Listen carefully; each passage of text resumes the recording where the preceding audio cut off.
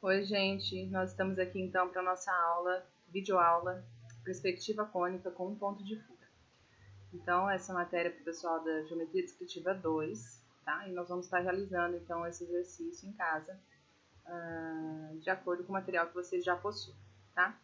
Vocês vão utilizar então os esquadros como apoio e colhem o papel de vocês numa superfície plana, tá? E assim vocês vão conseguir realizar então o exercício, ok? Então, lembrando que o ponto de fuga, então, é um ente do plano de visão, né, que representa a interseção aparente de duas ou mais retas paralelas.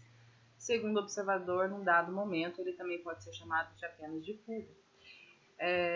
Nós temos aqui alguns elementos, como a linha do horizonte, geometral, ponto de fuga, ponto de vista e os pontos métricos, que são, na verdade, os elementos que vocês deverão prestar um pouco de atenção na hora de executar o exercício, tá? Foi passado, então, para vocês o exercício em sala de aula e nós vamos dar continuidade, né, com esse daqui, diante da planta baixa que vocês já fizeram. Então, por favor, escolham um ambiente, né? Não é para fazer o exercício nesse ambiente, mas escolha um ambiente para a gente fazer em sala de aula assim que a gente voltar desse recesso, tá? Continuando, então, para uma perspectiva cônica com um ponto de fuga, também conhecida como perspectiva cônica frontal, o esquema para um cubo é o seguinte. Aqui está um cubo, mas nós vamos imaginar isso aqui como se fosse um ambiente, tá? Aqui, então, a altura, o pé direito, e aqui, então, a largura, tá? E a profundidade, então, aqui representada na linha tracejada. Isso daqui, então, vai ser o exercício nosso, tá? Para a gente executar e vai ser, então, feito por vocês aí em casa. Seguindo, então, nós temos a perspectiva cônica frontal de uma sala. Como que vocês vão realizar isso? Vão colar o papelzinho lá na prancheta e vão desenhar, então, esse quadrado. Eu chamo esse quadrado aqui de boca de cena, tá? É aqui, então, daqui para trás, né, daqui convergendo para o ponto de fuga, que tudo vai acontecer, tá? Então, vocês vão desenhar na escala 1 para 10, tá? Esse ambiente aqui, com o pé direito de 2,40 e a largura de 2,40 também, tá?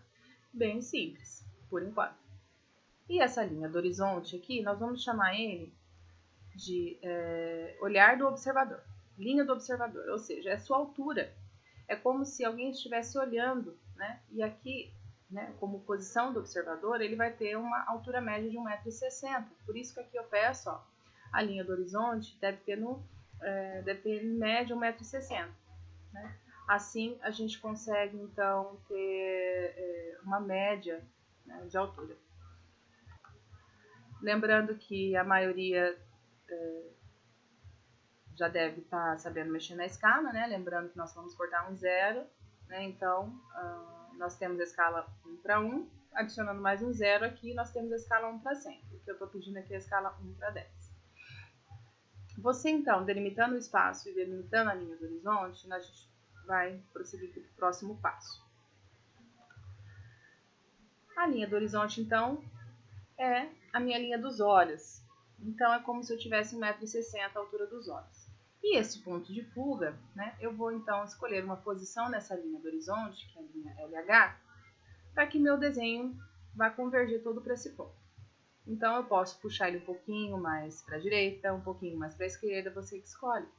Se você puxar um pouquinho mais para a sua direita, consequentemente, você vai dar mais valor e mais ênfase no seu lado esquerdo do desenho, tá? E vice-versa.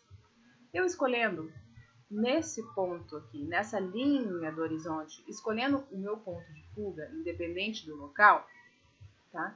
Eu vou seguir, então, o meu próximo passo. Então, linha do horizonte, PF, meu ponto de fuga. O meu próximo passo, tá?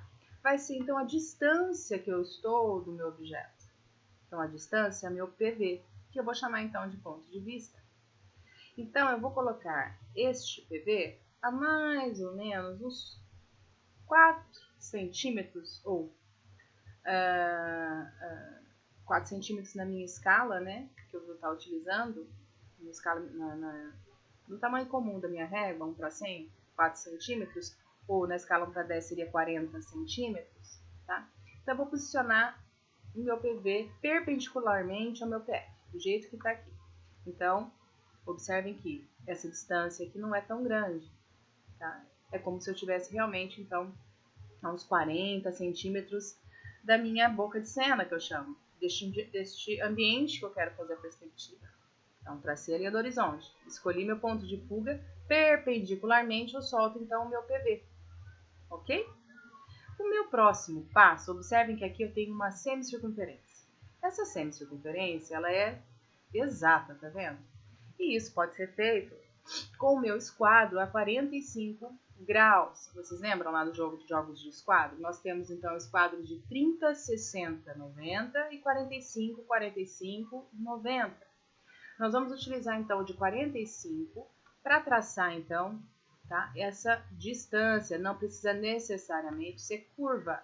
Eu posso simplesmente traçar uma reta a 45 graus aqui direto.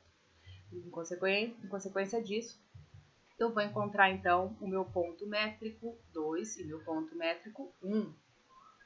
Achando esses dois pontos métricos, tá? Aqui então eu já posicionei aonde eu vou ligar todo o restante dos pontos. Na minha própria linha do horizonte, eu vou jogar o meu ponto de fuga, desço com o meu PV e então já posiciono a 45 graus o meu ponto métrico 1, ponto métrico 2, ok?